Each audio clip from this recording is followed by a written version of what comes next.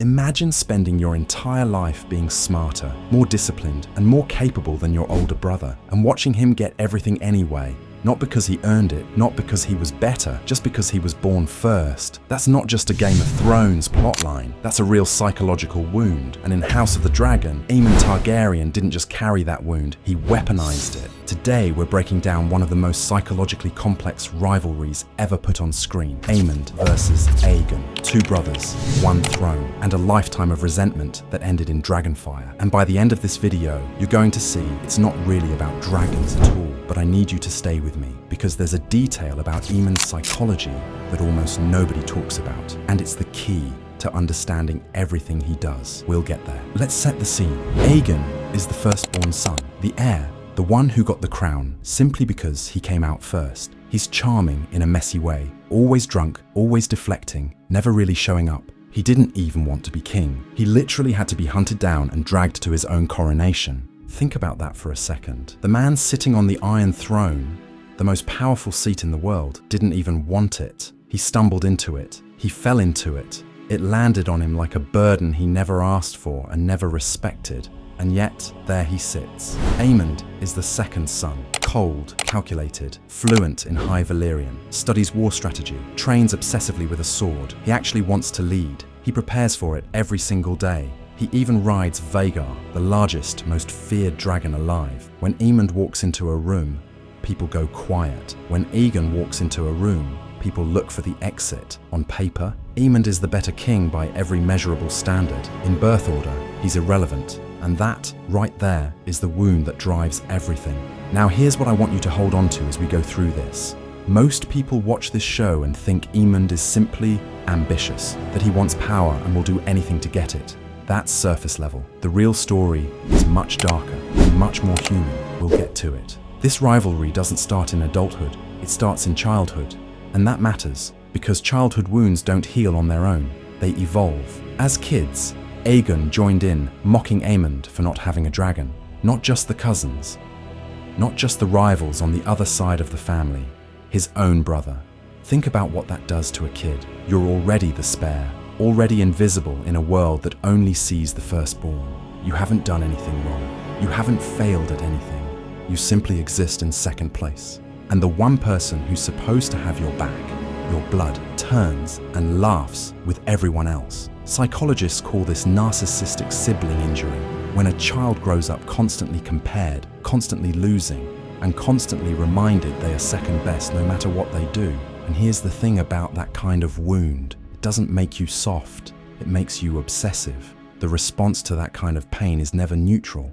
They either collapse under it, or they overcorrect so hard they become something dangerous. Aemond overcorrected. He became the most disciplined person in that castle, the most skilled fighter, the most strategic mind in the war room. He claimed the biggest dragon in the world, Vhagar, at 10 years old, and he did it alone, in the middle of the night, while everyone else was asleep.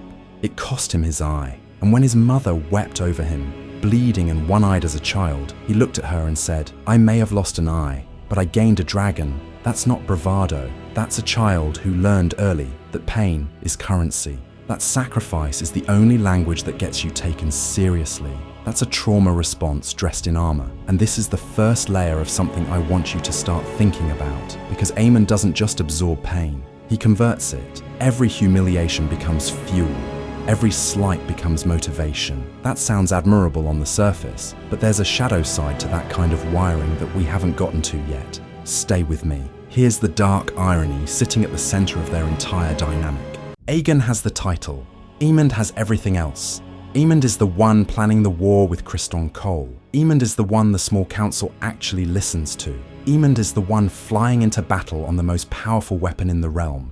Aemond is the one everyone actually fears. But Aegon, he's got the crown. In psychology, this is called earned versus ascribed status. Aegon's status was ascribed, handed to him at birth, no questions asked. Aemond's competence was earned, built day by day through sacrifice, discipline, and blood. Now here's where it gets really interesting. Most people assume that the person with the earned status, the one who actually worked for it, would eventually be recognized, that merit wins, that the world corrects itself.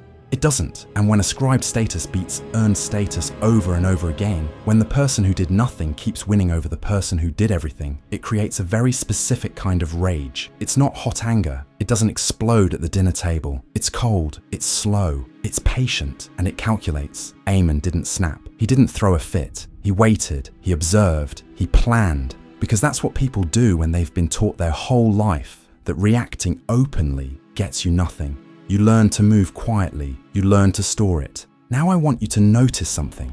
We're halfway through this breakdown, and there's still a piece missing. A piece that explains not just what Aemond does, but why he can't stop. Why even when he gets power, it's never enough. Why even when Aegon is broken and helpless in a bed, Aemond still walks toward him with a sword. That piece is coming, and it reframes everything. The explosion comes in season 2, and it doesn't come from the war. It doesn't come from some grand political betrayal. It comes from a brothel. Aegon finds Aemond there, at the one place Aemond allows himself to be a human being, to be vulnerable, to exist outside of the cold and calculated version of himself he shows the world. And Aegon mocks him in front of everyone. That's the trigger, not the throne, not the strategy, not the dragons. Public humiliation. In the one place Aemond felt safe enough to just exist. And here's the dark psychology piece that most people completely miss. Aemond doesn't react. He doesn't say a word. He gets up, doesn't even bother to dress, and stares at his brother with that one cold eye. That's stillness? That's not composure. That's storage. Psychologists call this covert narcissistic injury. When the wound doesn't explode outward, it implodes inward. It goes quiet, it goes dark, and then it waits for the right moment to be deployed. The Battle of Rook's Rest wasn't just a military operation, it was a repayment. When Aemond saw Aegon fly in on Sunfire, uninvited, unplanned, trying to play the hero in a battle he had no business being in, something shifted. He had the perfect moment, enemy in the sky, chaos below, no witnesses who could prove intent. He told Varga to burn, his own brother, on purpose.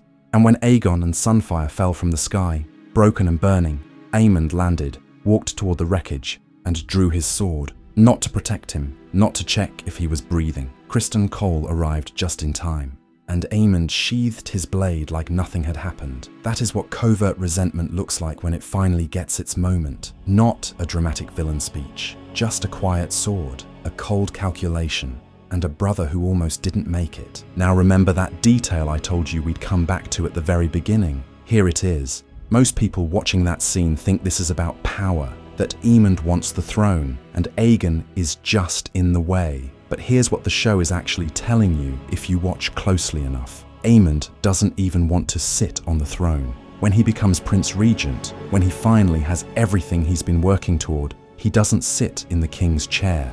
He circles it. He stands beside it. He commands from next to it. Because this was never about the throne. It was about being seen. That's the missing piece. Aemond doesn't want power for power's sake. He wants acknowledgement. He wants someone, anyone, to finally look at him and say, "You were right. You were better. You deserved this." And here's the tragedy buried inside that.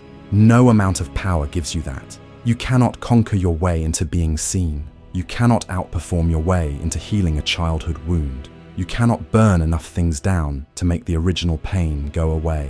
Aemond became everything he set out to become, and the wound was still there, untouched, unchanged, because the person he needed to acknowledge him, his brother, his family, the system that overlooked him, was either broken, dead, or simply never going to give him what he needed. That's not ambition, that's grief, and that's why he still walked toward Aegon with a sword. Not because Aegon was a threat, but because Aegon was the original source of the wound, and somewhere underneath all that cold calculation, Aemond was still that 10-year-old boy being laughed at, still trying to make it stop. What makes Aemond and Aegon so compelling isn't the dragons, or the politics, or the war. It's the recognition. Because most of us have felt some version of this. The sibling who got more attention growing up for no reason you could ever understand. The co-worker who got promoted over you despite doing half the work. The person who walked into the room already winning, by name, by connection, by luck of birth, while you were still trying to earn your seat at the table. You know that feeling, the difference between you and Aemond? You don't have a dragon. Aemond's story is what happens when that resentment is never processed, never named, never handed to someone who can help you work through it. It doesn't stay still, it doesn't fade, it curdles into something strategic, something cold. It starts making decisions for you. And the scariest part, from the outside, it looks like success. It looks like discipline, like focus, like drive. Nobody sees the wound underneath, they just see the results. Until the sword comes out. The show doesn't frame Aemond as a villain. It frames him as a person who was genuinely, legitimately wronged by his brother, by his birth order, by a system that never saw him, and who chose revenge over redemption every single time the choice came up. Not because he was evil, because nobody ever taught him there was another option. That's not villainy, that's tragedy. And that's the part that sticks with you long after the episode ends. Aemond got exactly what he wanted. He became Prince Regent, the most powerful man in the realm. He sat at the head of the table his brother used to occupy. He finally had everything, and he was completely alone. Because here's the thing about power built on resentment. It doesn't feel like winning, it feels like relief. Like finally being able to exhale after holding your breath for 20 years. But relief isn't peace, and an empty throne room isn't a legacy. Aemond spent his whole life becoming someone no one could ignore, and in doing so, he became someone no one could love. He converted every wound into a weapon, and eventually, he had nothing left but weapons. That's the cost.